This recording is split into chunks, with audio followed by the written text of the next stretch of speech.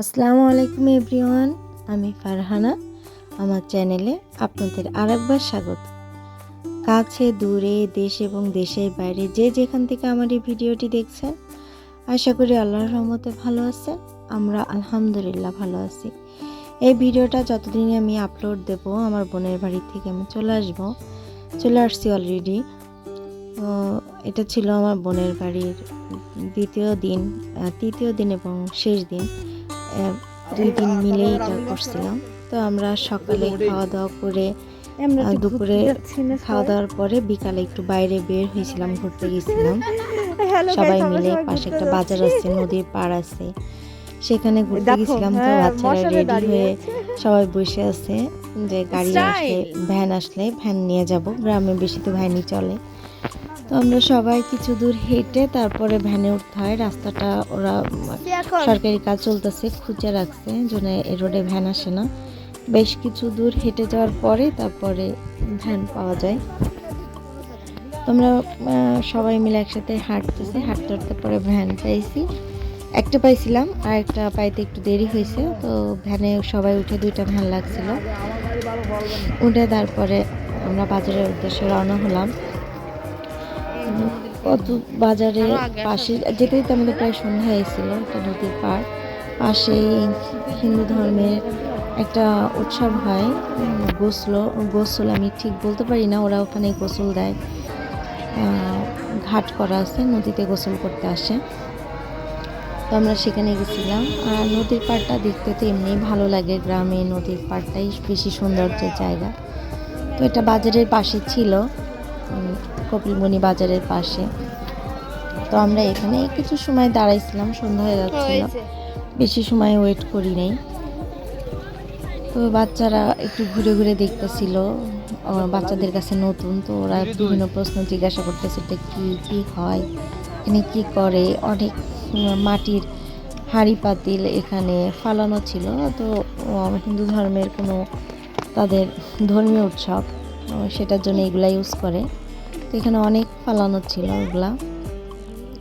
তো আমরা নদী ভ্রমণ দেখার পরেই বাসায় চলে আসছিলাম।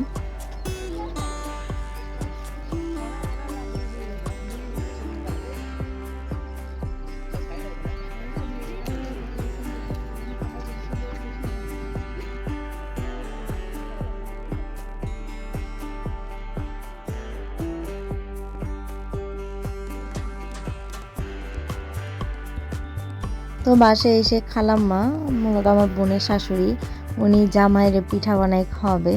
আমার মেজো বোনের হাজব্যান্ড গেছিলো, তো আটা নাই দেখে এইভাবে আপনার এটা হামানদিস্তায় আটা করতেছিল। আর আমরা সবাই পাশে বসে বসে মজা করতেছিলাম।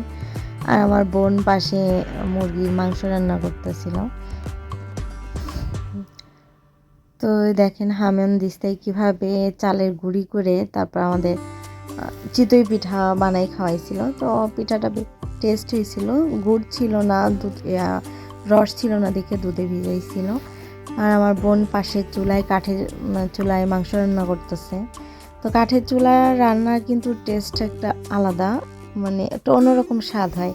আপনি যতই গ্যাসের চুলায়, কারেন্টের চুলায় রান্না করেন না কেন, মাটির চুলার মতো টেস্ট অন্য কোনো কিছুতেই হয় না। তো রাত্রে রান্নাবান্না শেষ করার পরে এই যে এখানে চালের কোটা নিয়ে অনেক কথা, গল্প, জীবনের কাহিনী অনেক কিছুই চলতেছিল।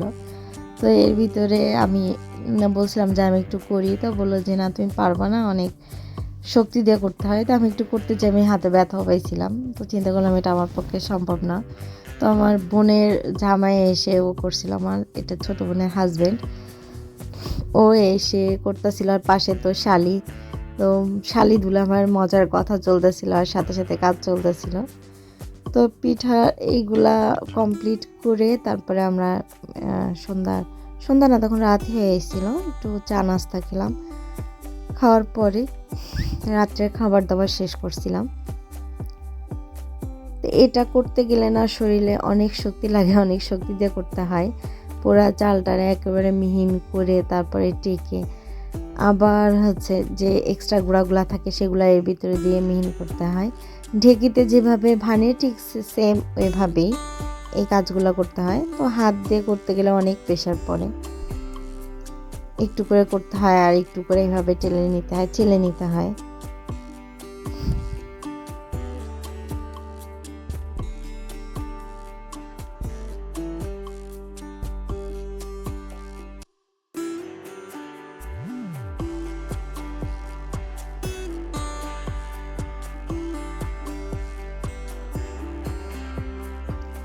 এদিকে চাল কোটাও শেষ আর আমার বোনের মাংস রান্নাও প্রায় শেষ। ও আরেকটা মাছ ঝোল করতেছিল। এটা কমপ্লিট করে আমরা চা খেয়ে সবাই মিলে এক জায়গায় বসে চা খেয়ে নিলাম। তো আমি চাটা গ্যাসের চুলায় রেডি করে নিয়েছিলাম। কাঠের চুলায় যেহেতু ভাত রান্না হচ্ছিল, এই জন্য আমি গ্যাসের চুলায় চাটা করে ওদের জন্য নিয়ে সবাই মিলে একসাথে চাটা খেলাম। রাত্রে খাওয়া দাওয়া শেষ করে এদিন আর রাত্রে ভিডিও করা হয়নি। তারপরের দিন আমরা সবাই মিলে একটু ঘুরতে গেছিলাম। গ্রামে গেলেই তো ঘোরাটাই বেশি হয়, গ্রামে বলেন শহরে বলেন ঘোরাটাই বেশি হয়। শহরে গেলে দেখা যায় যে রিক্সা ভাড়া কত কিছু লাগে, গ্রামে কিন্তু এই জিনিসগুলো হয় না। একটু এই মাঠ নদীর পাড় এখানে গেলে কিন্তু হয়ে যায়, বিনা খরচে প্রাকৃতিক এক অপূর্ব দৃশ্য উপভোগ করা যায়।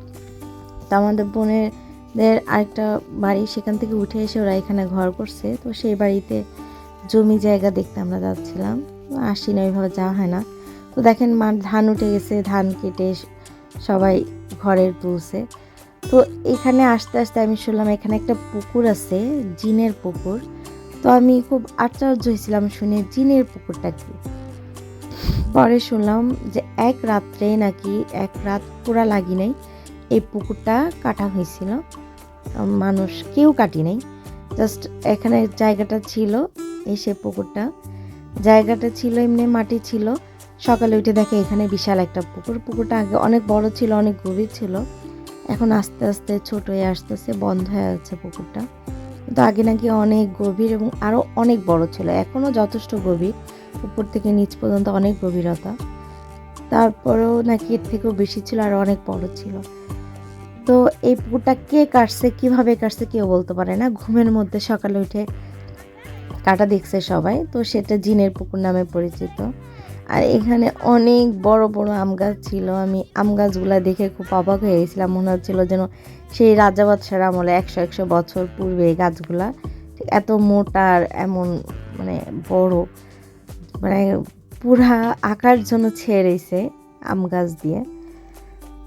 তো আমরা জিনের পুকুর দেখে এখানে জিনের পুকুরের যে এরিয়াটা, এটা ঢোকার গেট হচ্ছে এটা। তো আমরা এখান থেকে বেরোয় গেছিলাম যে আমার বোনেরদের জমিতে যে একটা বাঁশ গাছ ছিল, এটা মূলত আমার বোনেরদেরই জমি, ওর আর এক চাচা শ্বশুরের জমি।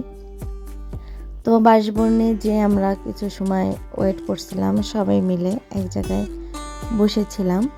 তো সেখানে একটু বসে আমার বোনের হাজব্যান্ড বাঁশ গুনলো যে কয়টা বাঁশ আছে না আছে, সেটা দেখা কমপ্লিট করা হয়ে গেলে যে বাচ্চা কাচ্চা এখানে সুন্দরভাবে বসে একটু রেস্ট নিয়ে নিল। আমরা নদীর পাড়ে যাব, সেই নদীর পাড়টা একটু দূরে, তো এই জন্যে এখানে একটু বসলাম আর জায়গাটাও দেখা হলো। তো এখানে কমপ্লিট করে আমরা নদীর পাড়ের জন্য বের হলাম।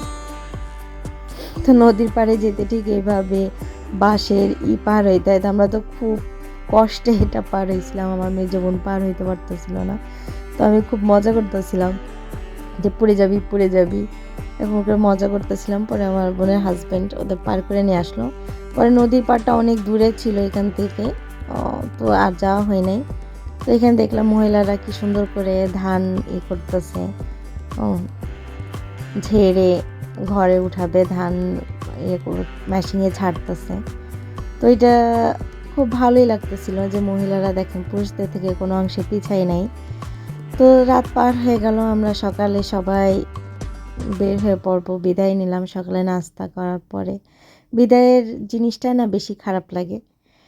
তো সবাই সুস্থ থাকেন, ভালো থাকেন, আর আমার ভিডিওটা ভালো লাগলে একটি লাইক দিয়ে যাবেন।